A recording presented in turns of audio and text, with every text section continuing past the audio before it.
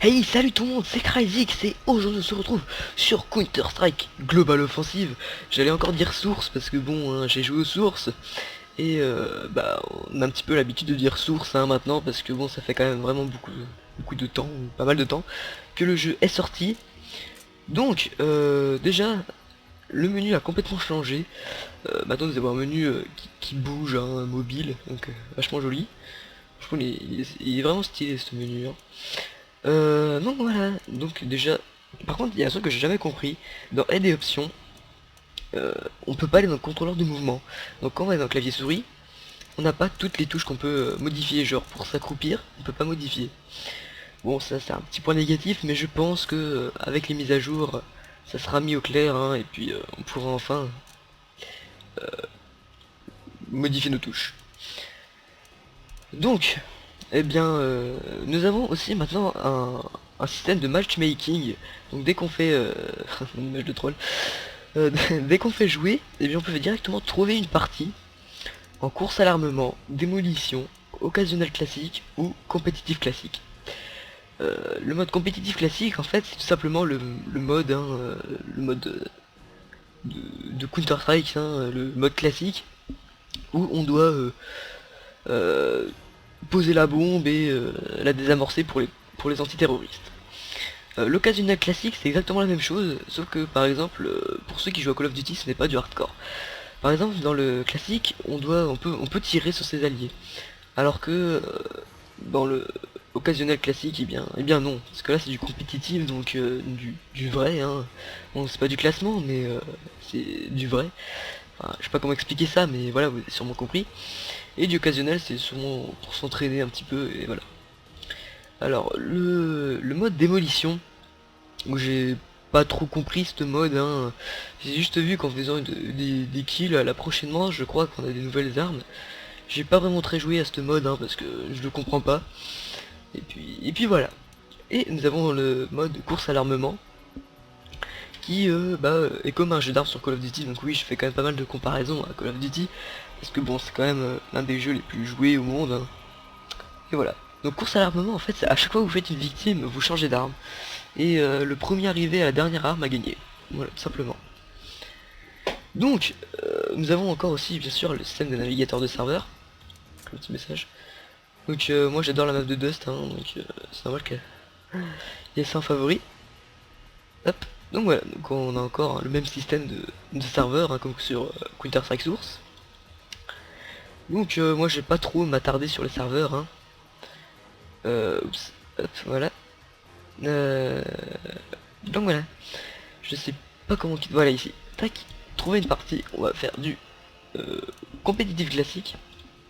Parce que bah, j'aime bien quand c'est du vrai, hein, du bon, du vrai counter. Donc voilà, donc nous choisissons aussi la map en bas. Donc là j'ai choisi de Dust, qui est ma map préférée et que je pense c'est la map préférée de beaucoup de monde. Donc je suis tombé sur Office. Bon c'est pas grave, c'est une bonne map quand même, mais je comprends pas pourquoi je suis tombé sur Office. Bon, c'est pas le plus grave, mais quand même. Donc le chargement, donc s'il y a une baisse d'FPS, c'est normal parce que le chargement ne prend pas autant d'FPS que le jeu en lui-même, hein. Donc eh bien nous attendons que ce chargement se fasse. Donc le système de matchmaking, bien sûr vous tombez sur des joueurs, hein, c'est bien sûr un mode multijoueur, hein, vous tombez pas sur des bots. Donc hop, donc ma petite technique c'est de faire rentrer rapidement comme ça. Vous avez directement la classe choisie. Ok, bon oula ça lag un peu. Et parce que le jeu est quand même assez gourmand en ressources. Donc voilà.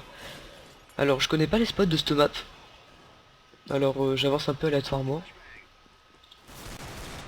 Ok, ça commence bien. Bon, je lag un petit peu, donc bon, c'est un peu dommage. Donc je vais faire quelque chose. Non, pas paramètre. Déjà paramètre audio parce que le son est beaucoup trop fort.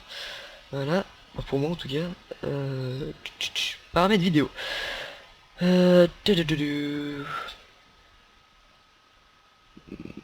du temps d'ordinateur. Avancer, voilà, c'est là-dedans. Voilà. Ça commence, non? Oui, je sais à quoi ça sert. J'ai compris. Hop.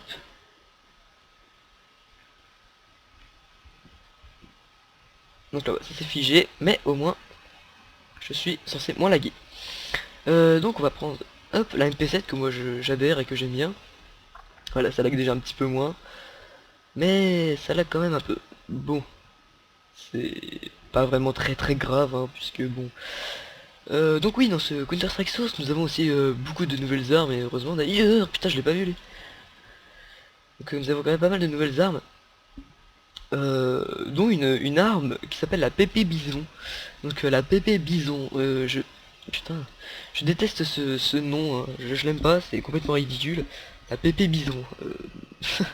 Donc par là, ça c'est une PP 90 M1.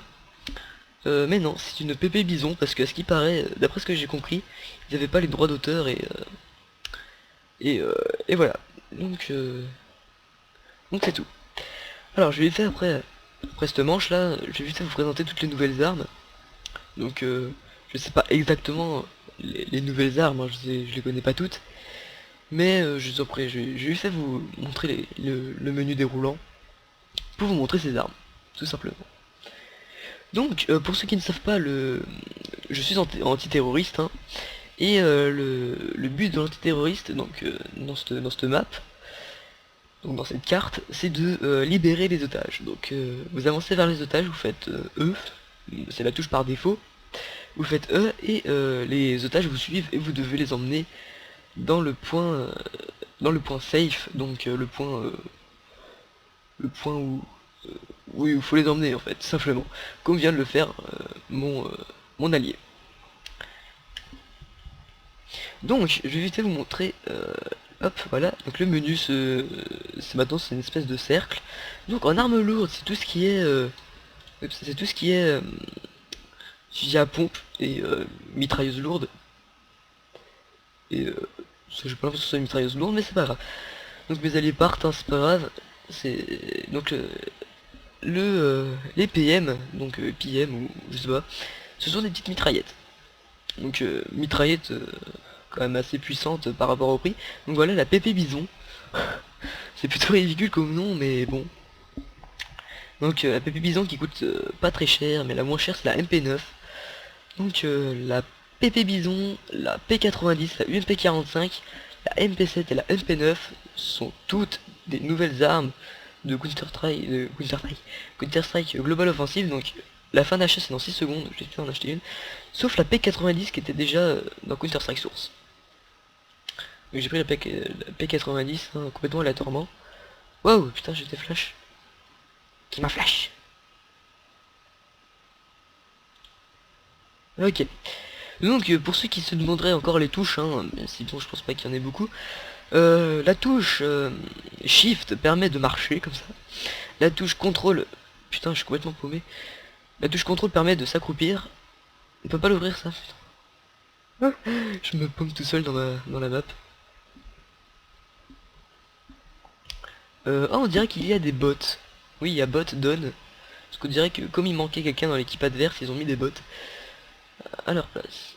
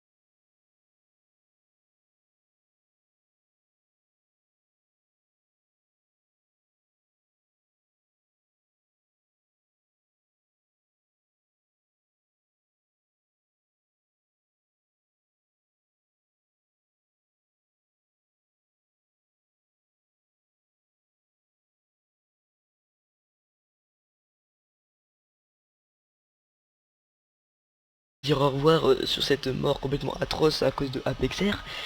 Bon, j'espère que cette vidéo vous aura plu, hein, portez-vous bien, et à la prochaine. Salut tout le monde.